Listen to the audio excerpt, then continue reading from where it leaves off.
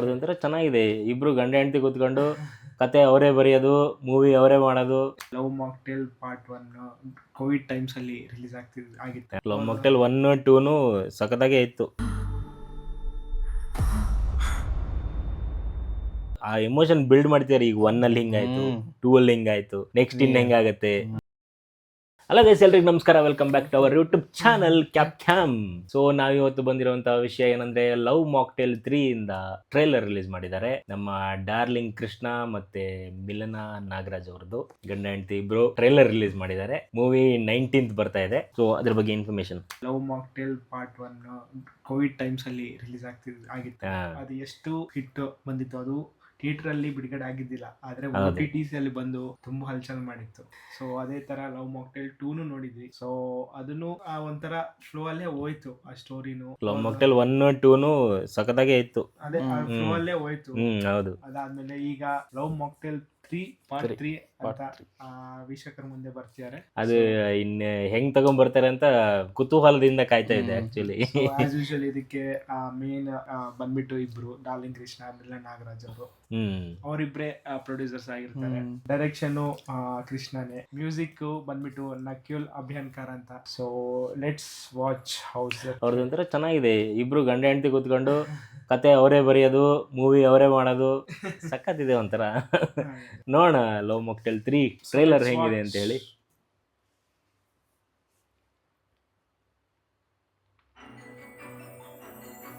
ಕ್ರಿಸ್ಮಿ, ಅದು ಅವ್ರದೇ ಹೇಳಿದ್ನ. ಅದೇ ನನ್ನ ಜೀವನ ಒಂದ್ಸಲ ಹಿಂದೆ ತಿರುಗಿ ನೋಡಿದ್ರೆ ಇದರಲ್ಲೆಲ್ಲ ಇತ್ತು. ನನ್ನ ಸ್ಕೂಲ್ ಲವ್, ನನ್ನ ಕಾಲೇಜ್ ಲವ್, ನನ್ನ ಬ್ರೇಕಪ್. ಹೊಟ್ಟೆಗೆ ಅನ್ನ ತಿಂತ ತಾನೆ. ಎಲ್ಲದಕ್ಕೂ ನನ್ನ ಜೊತೆ ನಿಲ್ಲೋ ನನ್ನ ಸ್ನೇಹಿತ. ನಿಮ್ಮ ಬಗ್ಗೆ ನಾನು ತುಂಬಾ ಕೇಳಿದ್ದೀನಿ, ತುಂಬಾ ಒಳ್ಳೆಯವರು. ನಾನು ನಿಮ್ಮ ಮದುವೆ ಆಗ್ತೀನಿ.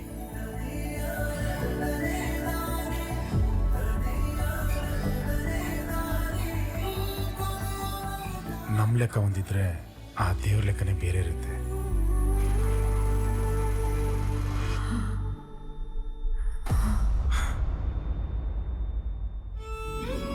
Part 2 climax. ಪ್ರಾಣಕ್ಕಿಂತ ಹೆಚ್ಚಾಗಿ ಪ್ರೀತಿಸೋ ಹೃದಯನ ನನ್ನಿಂದ ಕಿತ್ಕೊಂಡು ಒಬ್ಬನೇ ಬದುಕೊಂಡ್ರೆ ಹೇಗೆ ಬದುಕೋದು? ಈಗ ಈ ಸಿಹಿ ಯಾರ? ನೀವ್ ಅವತ್ ತುಂಬಾ ಖುಷಿಯಾಗಿ ಹೊಡ್ಕೊಂಡ್ ಬಂದ್ರಿ. ನೀವ್ ನನ್ನ ಚೈಲ್ಡ್ ಹೋಗ ಕಡೆ ಅಂದ್ರಿ.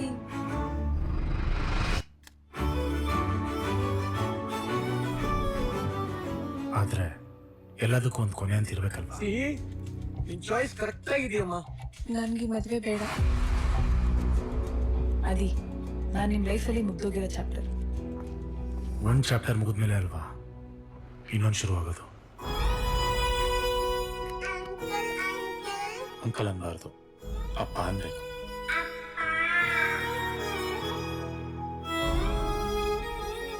ಇದು ನನ್ನ ಲೈಫ್ನ ಕೊನೆಯ ಕ್ಲೈಮ್ಯಾಕ್ಸ್. ಅಂದ್ರೆ ನಾನ್ ನಿಮ್ಗೆ ಹೇಳ್ತಾ ಇರೋ ಕೊನೆಯ ಅಧ್ಯಾಯ. ಮಗಳು ದೊಡ್ಡೋಳಾದ್ಮೇಲೆ ಅದರದ್ದೇ ಕಂಟಿನ್ಯೂಷನ್ ಸ್ಟೋರಿ ಅನ್ಸುತ್ತೆ.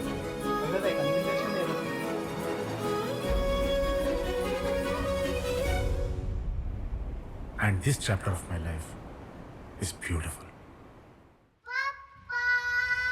ನನ್ನ ಉಸಿರಲಿ ಬೆಸೆದಿರೋ ಉಸಿರು ನೀನು, ನನ್ನೆದೆಯ ಗೂಡಲ್ಲಿ ನೀ ನೆಲೆಯಾಗು ಬಾ.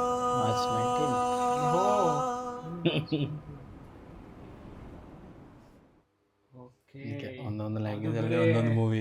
ಅದು ಬೇರೆ Karnataka release entire by KVN productions.